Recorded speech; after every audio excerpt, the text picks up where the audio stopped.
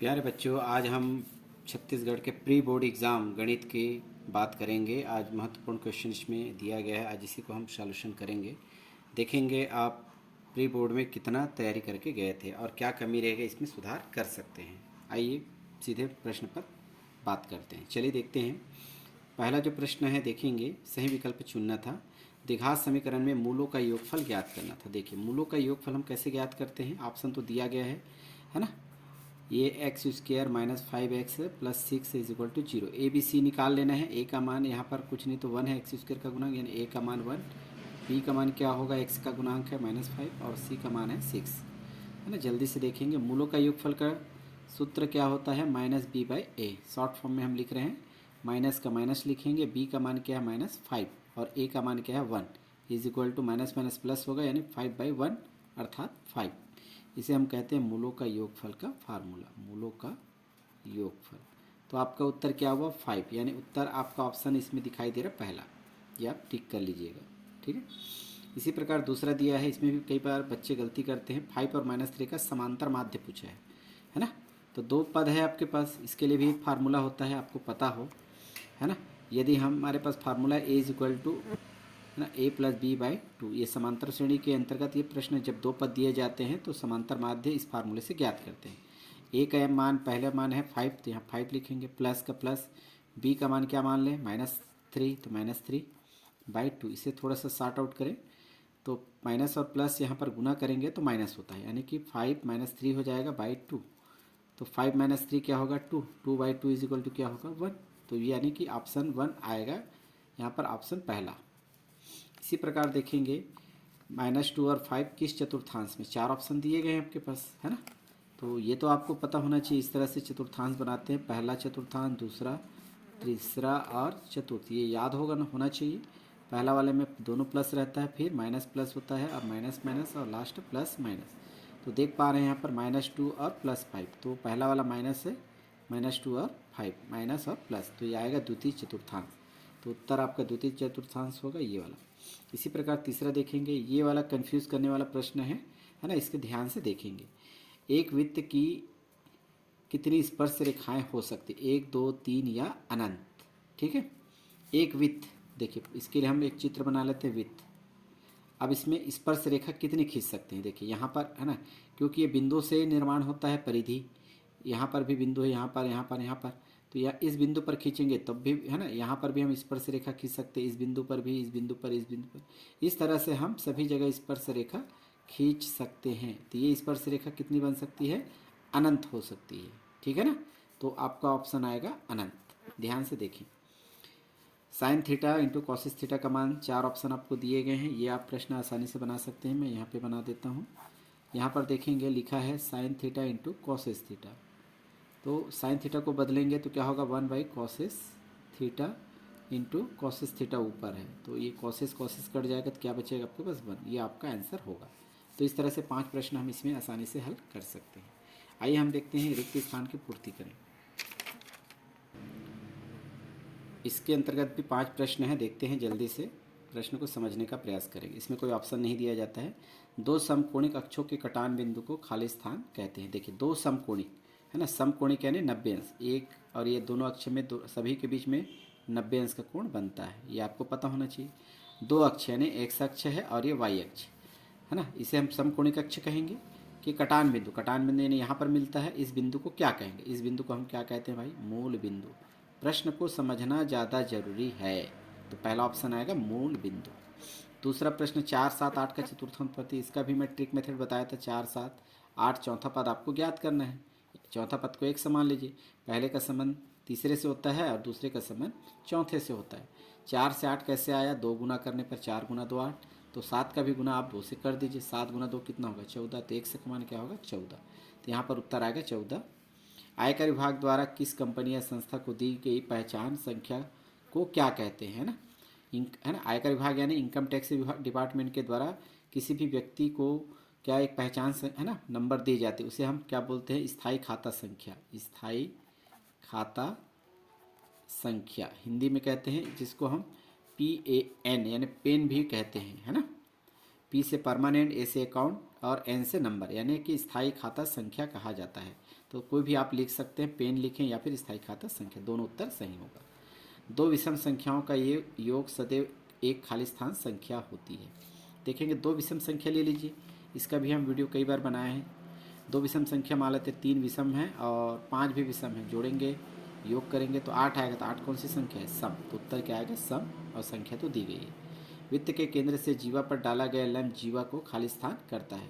परीक्षा से पहले आप इसकी अच्छे से तैयारी कर लीजिए, अभ्यास कर लीजिए, नहीं तो फिर एग्ज़ाम के समय थोड़ा मुश्किल होगा। अभी भी आपके पास समय है। तो देखिए 5वां प्रश्न, वित्त के केंद्र। तो वित्त है और वित्त का केंद्र जैसा कहा गया वैसा आपको काम करना है। जीवा पर एक जीवा बना लेते हैं, डाला गया लंब, तो यहाँ से डाला गया लंब, तो जीवा को क्या करता है? देखो ये जीवा है, तो जीवा को ये वाला लंब क्या करता है? दो भागों में बांट देता है, जिसे हम क्या कहते हैं? समद्विभाजित कहते हैं, है ना, समान दो भागों में बांटना। तो इसका उत्तर आएगा समद्विभाजित। इस तरह से लिखेंगे।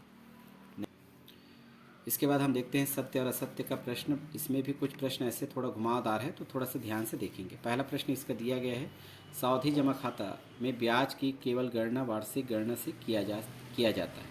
देखिए सावधि जमा खाता एफडी खाता है, ये तो आपको पता है। एफडी में हम कौन कौन सी गणना करते हैं? वार्षिक गणना करते हैं, है ना, साथ में छमाही गणना भी करते हैं और तिमाही गणना भी किया जाता है। तो आपको पूछा है केवल वार्षिक गणना की जाती है क्या? नहीं, तो हम तिमाही छमाही भी करते हैं। इस हिसाब से क्या हो जाएगा? ये असत्य हो गया, यानी पहले का उत्तर क्या होगा? असत्य होगा। किसी घनाभ की लंबाई चौड़ाई और ऊंचाई समान हो तो क्या वो घन बन जाता है? बिल्कुल बनेगा, क्योंकि लंबाई चौड़ाई और ऊंचाई यदि बराबर होगी तो वो क्या कहलाएगी? घन की आकृति कहलाती है। ये इस तरह से, क्योंकि इसकी लंबाई भी बराबर है ना, ये चौड़ाई बराबर है, ऊंचाई बराबर है, तो ये तीनों बराबर है तो घन बनेगा, है ना। तो इस तरह से दूसरे का उत्तर भी क्या होगा? सही होगा। तीसरा, अर्धवृत्त के चाप द्वारा परिधि पर बना कोण समकोण होता है। इसे भी अभ्यास करते, ये प्रमेय है ना। अर्धवृत्त, ये वृत्त का आधा अर्धवृत्त कहलाता है, और अर्धवृत्त मतलब जो केंद्र से होकर जाती है, जीवा सबसे बड़ी जीवा, ये क्या कहलाती है? व्यास। परिधि पर बना कोण, है ना, तो ये परिधि है। तो इस पर यदि कोई कोण बनेगा, मान लेते हैं, तो यहाँ से यहाँ ऐसा जोड़ेंगे तो यहाँ पर हमेशा कोण 90 अंश का बनता है। तो ये 90 अंश का मतलब समकोण होता है, वही है। तो ये भी उत्तर क्या होगा? आपका सही होगा। तीसरा भी सत्य होगा। चौथा देखो, 10 90 माइनस 60 डिग्री का मान 10 60 होता है। तो भाई 10 90 माइनस 60 डिग्री, तो हमारे पास फार्मूला क्या है? 10 90 माइनस थीटा। तो 10 किस में बदलता है भाई? कॉट में, और थीटा की जगह क्या है? 60। ऐसा होता तो सही होता, लेकिन 10 60 दिया है, तो ये क्या होगा? गलत होगा। दो चरों के रैखिक समीकरणों का आलेख दो समांतर रेखाएं होती है तब समीकरणों का कोई भी हल नहीं होता है। यानी समांतर रेखा हो, देखिए दोनों समांतर रेखा, तो दो समांतर रेखा है तो ये आपस में कभी भी प्रतिच्छेद नहीं करेगी, तो इसका भी कोई हल प्राप्त नहीं होगा। तो ये भी क्या होगा? सही होगा। इसका आप संकेत पढ़े होंगे, A1/A2 equal B1/B2 not equal to C1/C2। इसके अंतर्गत भी सवाल पूछे जाते हैं। तो ये क्या होगा? कोई हल नहीं होगा, ये सत्य है। चलिए हम फिर कंटिन्यू प्रश्न नंबर 2, आगे कुछ प्रश्नों का अध्ययन हम करेंगे, इसमें देखते हैं, है ना। आपका स्कोरिंग आप इसके आधार पे कर सकते हैं। बहुपद दिया है, शून्यकों का योगफल गुणनफल ज्ञात करना। ये बहुपद है x² + 10x + 24, है ना। इसकी तुलना करेंगे किससे? x² हल करेंगे तो bx + c से। क्या करेंगे आप? तुलना करेंगे, तुलना करने पर, ठीक है। जब तुलना करेंगे तो हमें ए बी सी का मान निकालना पड़ेगा। तो ए का मान क्या मिलेगा भाई? x² का गुणांक, यहाँ पर कुछ नहीं तो 1 को हम क्या मानते हैं? भगवान भी कहते हैं। तो x² का गुणांक 1 होगा। b का मान क्या होगा? x का गुणांक, चिन्ह के साथ लेना है, +10 एंड 10। और c का मान अचर पद होता है, तो c का मान 24। बिल्कुल सिंपल है। क्या पूछा गया देखिए प्रश्न में? योगफल और गुणनफल। तो यहाँ पर सबसे पहले लिखेंगे शून्यकों का योगफल, ठीक है ना, -b/a होता है। तो चलिए रखिए माइनस का पहले माइनस, b का मान क्या है हमारे पास, है ना, यहाँ पर दिखाई दे रहा है b का मान 10 है और a का मान 1 है ना। 1 से भाग देंगे तो यही प्राप्त होगा, -10, ये इसका उत्तर होगा। इसी प्रकार है आपका शून्यकों का गुणनफल बराबर c/a होता है। तो c का मान देखेंगे 24 और a का मान 1, 24/1, यानी इससे हम 24 भी लिख सकते हैं। ये आपका आंसर हो गया। इस तरह से आप इसमें ऐसे बनाएंगे तो आपको 2 नंबर पूर्णतः आपको मिलेगा ही। इसी प्रकार देखते हैं प्रश्न नंबर तीसरा, सिद्ध कीजिए। क्या उत्तर लाना है आपको? 1 लाना है, ठीक है। इसमें बच्चे बहुत ज़्यादा कंफ्यूज होते हैं और गलती भी करते हैं। तो देखेंगे, इसका हम बाएं पक्ष लेते हैं, सीधा सीधा हम हल कर रहे हैं। Left hand side sine 63 degree और इंटू कॉस 27 डिग्री प्लस क्या लिखा है कॉस 63 इंटू साइन 27, इतना बाएं पक्ष को लिखेंगे। देखो 63 और 27 मिला के 90 होता है, यानी हम पूरा कोण का प्रयोग करेंगे, किसी एक को बदलना पड़ेगा। चलिए हम इसको बदल देते हैं, ये वाला कॉस 20 को। देखो साइन 63 तो है, इसको बदलने जा रहे हैं तो कॉस 90 में घटाना है कि है ना, घटाने पर 27 आ जाए तो किसके घटाएंगे 63। 90 में आप 63 घटाएंगे तो क्या बचेगा 27 के बराबर, यानी इसको हम ये इसके बराबर ही लिखना है। प्लस इसी प्रकार से देखेंगे अगला इधर भी, इनमें से हम इसको बदल देते हैं साइन 27 को, तो कॉस 63 रहेगा ही, क्योंकि इन दोनों का योग भी कितना होता है 90 होता है। तो इसमें आप बदल रहे हैं, केवल पहले नंबर को बदलेंगे, 90 में कितना घटाएंगे 27 आ जाएगा 63 घटाने पर। ठीक है, आगे हम प्रोसेस करें कंटिन्यू, तो हमारे पास मिलेगा साइन का sine 63 into cos 90 minus theta, तो कॉस किस में बदलता है भाई साइन में, थीटा की जगह क्या है 63 प्लस कॉस 63 तो है आपके पास इंटू साइन 90 माइनस थीटा में फार्मूला यूज़ करेंगे, तो साइन किस में बदल जाएगा कॉस में, और थीटा की जगह क्या है 63। अब देखो साइन 63 का गुना साइन 63 से करेंगे तो क्या हो जाएगा साइन स्क्वायर 63 होगा। इसी प्रकार ये दोनों के बीच में गुना है, दोनों बराबर है, तो इसे हम क्या लिख सकते हैं कॉस स्क्वायर 63। इसका एक ज्यामितीय सूत्र होता है, पढ़े हैं, sine square theta plus cos square theta is equal to क्या होता है 1, यानी यहाँ थीटा का मान एक जैसा होगा तो हमेशा उत्तर क्या आएगा 1 आएगा। तो देख रहे हैं sine square theta plus cos square theta, यानी थीटा की जगह 63 है, तो इसका भी मान क्या होगा 1 के बराबर होगा इस ज्यामितीय सूत्र के माध्यम से। तो आप लिख सकते हैं राइट हैंड साइड। इस तरह से बनाइए तो आपको पूरा पूरा नंबर मिलेगा, ये भी 2 नंबर आपका इसमें होगा। चौथा प्रश्न देखते हैं, ये भी सिंपल है, प्रवणता पूछी गई है रेखा का, 2 बिंदु दिए गए हैं, है ना। तो रेखा पर 2 बिंदु दी गई है, तो आप पहला बिंदु को मान लेते हैं ए, है ना, माना कि पहला बिंदु क्या माने ए, इसको x और y यानी इसको x1 y1 लिखेंगे। ठीक, इसकी वैल्यू कितनी है भाई 3 और 7, इसका मतलब x1 का मान 3 y1 का मान 7।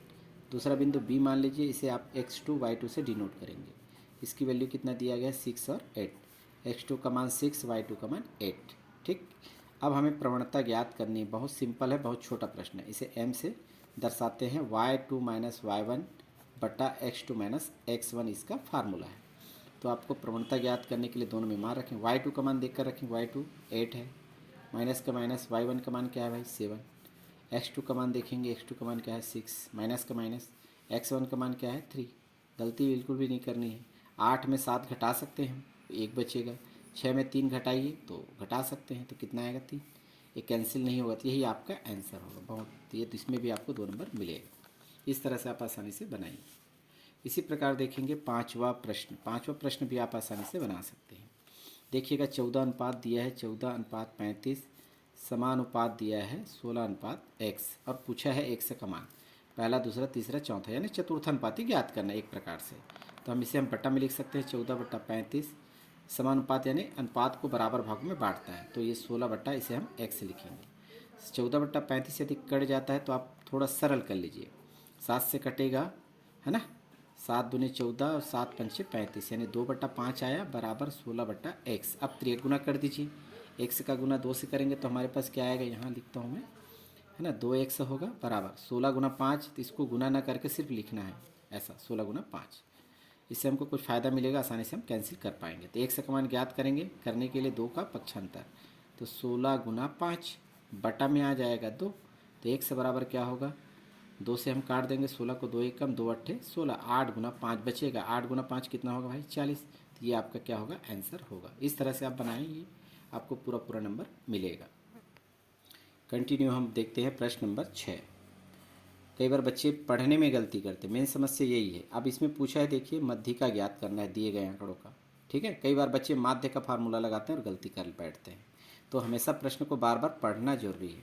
ठीक है, तो सबसे पहले दिए गए आंकड़े को क्या करना पड़ता है, मध्य का ज्ञात करने के लिए आरोही क्रम में रखना पड़ता है ना। तो यहाँ पर आपको लिखना है आंकड़ों को आरोही क्रम में लिखना है, आरोही क्रम में रखने पर तो सबसे छोटी संख्या आप यहाँ पर देख पा रहे हैं हमारे पास है 23, पहले लिखेंगे।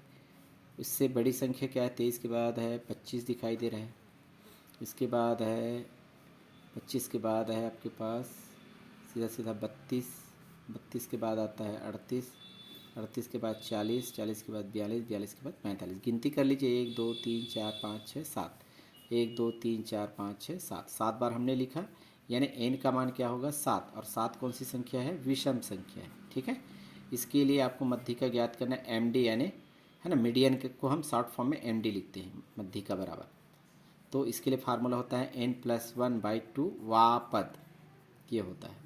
तो n का मान केवल रखना है आपको, मध्यिका बराबर n का मान क्या है 7 में 1 जोड़ेंगे बटा 2 कर देंगे वापद। तो आगे हम प्रोसेस करेंगे तो क्या होगा 7 1 8, 8/2, 8/2 को काटेंगे तो कितना आएगा 4, तो 4 चौथा पद आपको मिलेगा, तो चौथा पद आपका आंसर होगा। तो चौथा पद हमें क्या देखना है, इसमें देखना है आरोही क्रम में, जो लिखे हैं पहला पद, दूसरा पद, तीसरा पद, चौथा। तो चौथा पद क्या होगा हमारे पास 38, यही आपका उत्तर होगा। इस तरह से आप आसानी से बना सकते हैं। आप उत्तर की अपनी जांच कीजिए और गलती की है ना सुधार कीजिए आप। चलिए प्रश्न नंबर 7 को देखते हैं। कुछ प्रश्नों का हम अध्ययन करेंगे इस वीडियो में, है ना, समय के अनुसार देखते हैं कितने प्रश्न अभी हो पाते हैं। कम से कम 10वां प्रश्न तक इसमें अध्ययन कर सकते हैं। देखते हैं आगे 7वां प्रश्न देखिएगा। पूछा क्या है, के का मान ज्ञात करना है। कब, जब x-1 और x² + x + k का एक गुणनखंड। बहुत सिंपल प्रश्न है ना। आपको दिया गया है x-1 x² + x + k का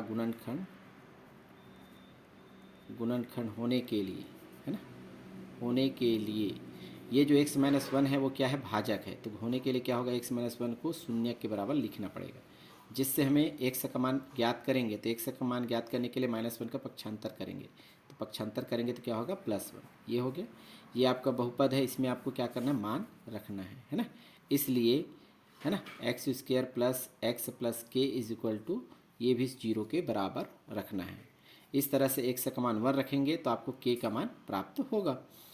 तो यहाँ पर आप देख पा रहे हैं x का मान 1 रखना है, 1 का स्क्वायर प्लस x का मान 1 प्लस k = 0। आगे हम प्रोसेस करें, 1 का स्क्वायर 1 होता है, और 1 + 1 क्या होगा 2 + k = 0। तो यहाँ पर k का मान ज्ञात करने के लिए 2 का पक्षांतर करेंगे, तो k = ये +2 है तो -2 में चला जाएगा। यही आपका आंसर है। अपनी गलतियों की बिल्कुल है ना जांच करें और सुधार कर लीजिए। इस तरह से नेक्स्ट क्वेश्चन देखते हैं। इसी प्रकार क्रम में देखते हैं प्रश्न नंबर 8 का उत्तर क्या होगा। सिद्ध करना है विषम संख्या का वर्ग विषम संख्या होती है। माना कि विषम संख्या मानना पड़ेगा, माना कि विषम संख्या किस तरह से मानते हैं, 2 है ना, 2n+1, ये क्योंकि ये सम है और ये विषम है, सम और विषम का योग विषम होता है, इसलिए 2n+1 माना जा सकता है, और 2n+3 भी मान सकते हैं, ये भी विषम होगी। तो हम एक विषम संख्या मान लिए, 2n+1 विषम संख्या है। अब क्या कहता है, इसको हम मान लेते हैं p के बराबर, और कहता है कि विषम संख्या का क्या करेंगे आप, वर्ग करें। तो इसका वर्ग कर दीजिए, 2n+1 का वर्ग फॉर ऑल, जहाँ पर n बिलोंग करेगा n पर, कैपिटल N यानी नेचुरल नंबर जिसे हम प्राकृत संख्या कहते हैं। इसका मान 1 2 3 कुछ भी आप रख सकते हैं, तो हमें हमेशा विषम संख्या प्राप्त होती रहेगी। अब चूंकि प्रश्न में कहता है कि इसका वर्ग करना है, तो हमें क्या मिलना चाहिए, विषम संख्या मिलना चाहिए। तो आगे हम हल करेंगे। तो यहाँ पर देखेंगे a + b का वर्ग के जैसा दिखाई दे रहा है, साइड में लिख लीजिए a + b का वर्ग। इसके बराबर सूत्र होता है a² + b² + 2ab। इस फॉर्म में आप रख दीजिए। तो a का वर्ग ये है, यानी 2n का वर्ग, प्लस b की जगह क्या है 1 का वर्ग, प्लस 2ab, 2 का 2, a की जगह 2n और b की जगह 1। इसे थोड़ा सॉर्ट आउट करें, 2n का वर्ग यानी 2n का गुना, तो 4n का स्क्वायर होगा, प्लस 1 का स्क्वायर 1 होगा, आपस में गुना करेंगे 2 और 2n का, तो 4n होगा। n वाले को एक जगह रख लेते हैं, ये और ये वाले पद को, 4n का स्क्वायर प्लस 4n प्लस 1। अब इसकी एक जोड़ी बना के हम इसमें क्या करेंगे, इसमें से उभयनिष्ठ निकालेंगे। 4 और 4 कॉमन निकल सकता है, तो क्या बचेगा हमारे पास, n² प्लस n प्लस 1। अब इसके जगह कोई अन्य मान मान लेते हैं, है ना, कि n² प्लस हम n के बराबर मान लेते हैं m, इसके जगह m रख दीजिए, बराबर 4m प्लस 1। चूँकि ये वाला सम संख्या है, ये क्या है, विषम संख्या है। यहाँ पर आप चाहे तो लिख सकते हैं, ये क्या है, विषम संख्या, ये क्या है, सम संख्या, और दोनों का योग कितना होता है, हमेशा विषम संख्या प्राप्त होती है। अतः हम कह सकते हैं कि है ना। विषम संख्या का वर्ग क्या होती है? विषम संख्या होती है। अतः विषम संख्या का वर्ग विषम संख्या होती है। ये आपको लिखना है, इतना ही आपको काम करना है। तो ये इस तरह से आप बनाएंगे तो आपको पूरा पूरा 3 नंबर मिलेगा। नेक्स्ट चलिए, महत्वपूर्ण प्रश्न है नंबर तीसरा, द्विघात समीकरण के मूल ज्ञात कीजिए। सबसे पहले ये समझ नहीं पा रहे हैं बच्चे कि इसमें मूल क्या है। मूल क्या होते हैं? द्विघात समीकरण, वर्ग समीकरण भी इसे कहा जाता है। इससे है ना, मूल होता है अल्फा और बीटा। लेकिन यहाँ पे वर्ग समीकरण का मतलब है इसके 2 उत्तर आते हैं, वही तो उसका मूल होता है ना। यानी कि x के जो 2 मान आएंगे वही उसका मूल कहलाता है। वही चीज़ आपको ज्ञात करनी है। इसे आप मध्यपद को तोड़कर भी बना सकते हैं, नहीं तो आप सूत्र विधि से बना सकते हैं। तो हम बता रहे हैं सूत्र विधि से। कई बच्चे मध्यपद तोड़ना नहीं जानते हैं, कमज़ोर बच्चे, तो उसके लिए थोड़ी दिक्कत होती है। तो चलिए हम सूत्र विधि से बनाते हैं। देखेंगे थोड़ा टाइम लगेगा इसमें। 8x² - 20x - 21 = 0। यहाँ से ए बी सी का मान फटाफट निकाल लीजिए। ए का मान होगा 8, बी का मान होगा x का गुणांक -20 और सी का मान होगा -21। अब आगे हम इसमें फार्मूला लगाएंगे x के बराबर, क्योंकि x के फॉर्म में है तो x के बराबर लिखेंगे -b प्लस माइनस और b² - 4ac/2a। इस तरह के फार्मूला होते हैं, श्रीधराचार्य विधि के द्वारा बना रहे हैं इसे, है ना। तो x का मान आप इसमें रखना है।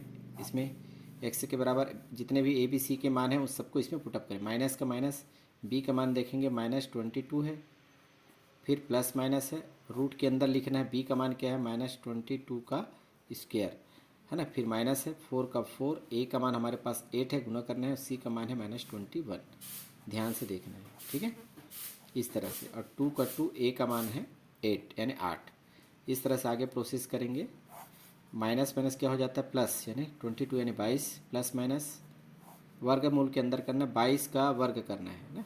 22 का वर्ग होता है 484।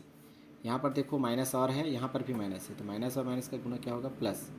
अब 4, 8 और 21 का आपस में यहाँ पर साइड में हम गुना कर लेते हैं, है ना। 4 8 क्या होगा? 32, 32 गुना 21। अब इसका गुना करेंगे तो 32 ये हो जाएगा और 32 का डबल 64, यानी 2 4 3 7 6, यानी 672। 8 दूनी कितना होगा? 16। इसका मकसद ये होता है श्रीधराचार्य विधि में कि वर्गमूल के अंदर ऐसा रूट आएगा, उस मान को हटा के प्लस माइनस के द्वारा x का मान ज्ञात करना। तो आगे हम प्रोसेस करते हैं। ये है 22 प्लस माइनस, इन दोनों को आपस में जोड़ेंगे, 2 4 6 होगा, है ना। और 7 और 8 कितना होगा? 15, 15 का 5 हासिल लाए 1, 6 4 10 1 11, 11 56।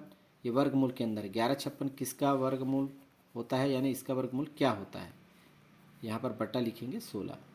वर्गमूल होता है ये 34 का, यानी कि आप रफ कार्य में बता रहा हूँ, 34 गुना 34 करेंगे तो हमें 1056 मिलता है।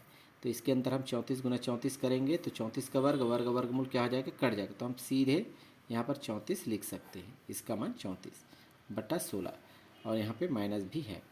एक बार प्लस रखेंगे, एक बार माइनस, इसी से हमें मूल प्राप्त होगा। x बराबर, है ना, यहाँ पर लिखेंगे प्लस लेने पर, तो x के बराबर क्या होगा? 22 धन प्लस वाला चिन्ह लेना है, 34 बटा 16। आपस में आप इसे जोड़िए, 4 2 6, 3 2 5, 56 बटा 16। कट सकता है ये, 2 से काट लीजिए, 2 8 16, 2 दूनी 4, और यहाँ पर 1 बचेगा, और 1 और 6 16, तो 2 8 16। फिर से और कम हो सकता है 2 से, 2 चौक 8, 2 1 कम, 2 चौक 8, 2 से फिर कम हो जाएगा, 2 दूनी 2 सत्ते 14, यानी x का मान क्या आ गया? 7 बटा 2, पहला मान प्लस लेने पर। इसी प्रकार हम क्या लेंगे? माइनस लेने पर, माइनस चिन्ह रखना है आपको। x के बराबर 22 ऋण 34 बटा 16, x बराबर 22 में 34 तो नहीं घटेगा, तो यानी कि माइनस की वैल्यू ज़्यादा है, तो ऋण चिन्ह लगाते, 34 में सीधा 22 घटाते, है ना।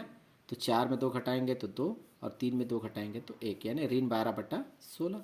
तो 1 से बराबर इसको आप कम कर सकते हैं, 4 से भी कट सकता है ये, 4 तिया 12, 4 चौक 16, ऋण 3 बटा 4। ये दोनों आपके क्या होंगे? मूल कहलाते हैं। यही है मूल, है ना। तो अतः अभीष्ट मूल, इस तरह से आप उत्तर लिखिए। अभीष्ट मूल क्या होगा? 7 बटा 2 तथा ऋण 3 बटा 4 है। ये आपको लिखना है, तभी आपको 3 नंबर मिलेंगे। नेक्स्ट 10वां प्रश्न यहाँ पर दिया गया है, बहुत ही सिंपल है, हमें फार्मूला याद होनी चाहिए। 14 सेंटीमीटर व्यास दिया है। किसका व्यास दिया भाई? अर्धगोले का, है ना। तो यहाँ पर आप सबसे पहले लिखिए अर्धगोले का व्यास। अर्धगोले का व्यास, है ना, कितना दिया है? 14 सेंटीमीटर। तो व्यास का सूत्र क्या होता है 2r, हमेशा व्यास से त्रिज्या ज्ञात किया जाता है, तो बटा 14 सेंटीमीटर।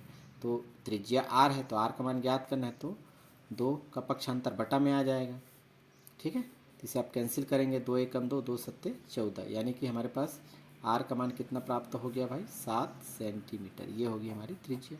आपको क्या पूछा गया है, अर्धगोले का संपूर्ण पृष्ठ का क्षेत्रफल ज्ञात करना है। फार्मूला याद होने चाहिए, अर्धगोले का संपूर्ण पृष्ठ का क्षेत्रफल, पृष्ठीय क्षेत्रफल, इसका फार्मूला होता है 3πr²। केवल r का मान रखना होता है, 3 का 3, पाई का मान आप तो जानते ही हैं 22/7, r का मान देख के लिखिए 7, 7 का वर्ग यानी 7 को हमको 2 बार लिखना पड़ेगा, एक 7 नीचे एक 7 ऊपर, कैंसिल। तो हमारे पास क्या बचा 22, 3 और 7, 22 गुना 3 करेंगे तो 66 होगा, गुना 7 आपस में गुना कर लीजिए, 7 अट्ठे 6 सत्ते 42, 42 का 2 हासिल है 4, 6 सत्ते 42 और 42 और 4 कितना होगा 46।